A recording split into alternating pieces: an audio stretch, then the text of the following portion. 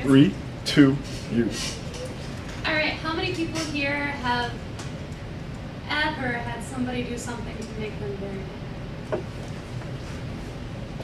Now, what if I told you that it was not what they did that made you mad, but rather what you believe about what they did that made you mad? All right, so how we're going to look at this is with a little diagram here. So we're going to look at what they did as the stimulant or cause. And then we're going to look at what you did as your reaction.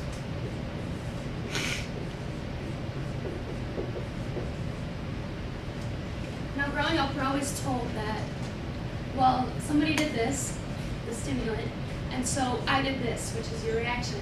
But truly, what there is right in between is a filter, and that's your belief.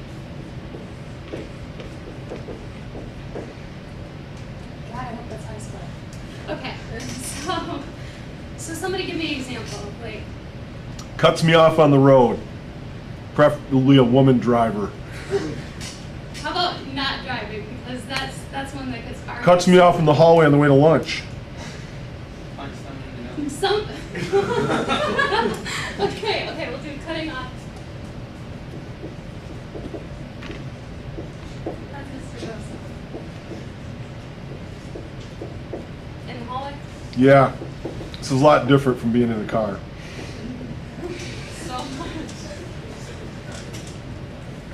Okay, and so you did what? I push them out of the way, Okay. especially freshmen.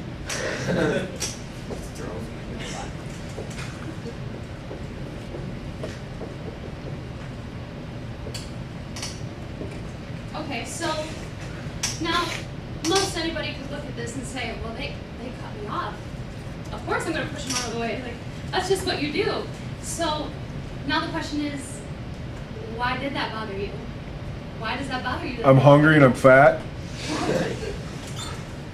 All right. I'm killing this, aren't I? I'm totally psychologically. You're not. If that's Okay. really what you think. Yeah, I'm hungry and I'm fat. I gotta feed myself. It's like food. So you want food, right? Yes, child, you're taking your life in your hands. Need. Survival instinct kicked in. All right. I like that. Need So- food now. The stimulant or the cause was some freshman, you say, cut I- you off in the doesn't matter. hallway. And so, as a reaction, you pushed them out of the way. But truly, it was not them cutting you off that made you mad. It was the fact that you need food now. Now look at this. So you have a little kid, right?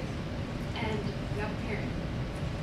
This kid really, really wants a cookie, so he's going to throw a tantrum. His belief is that he needs the cookie right now, and he needs it. So he's throwing a tantrum.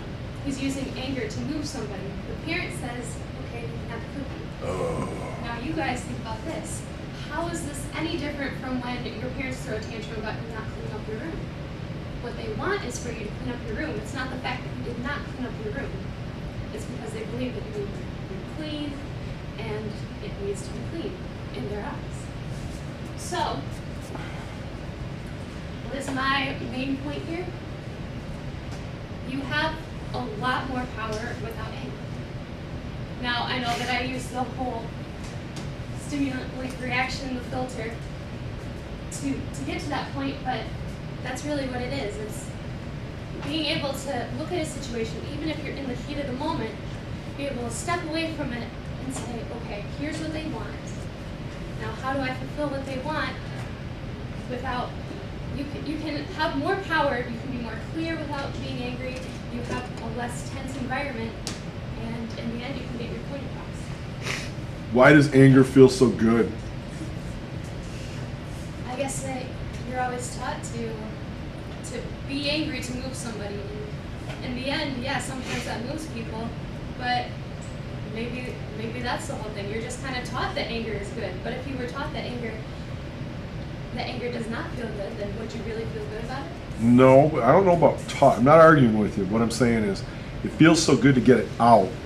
Like, somebody cuts you off while you're driving, just screaming at the top of your lungs. Oh man, I feel better. Got it out.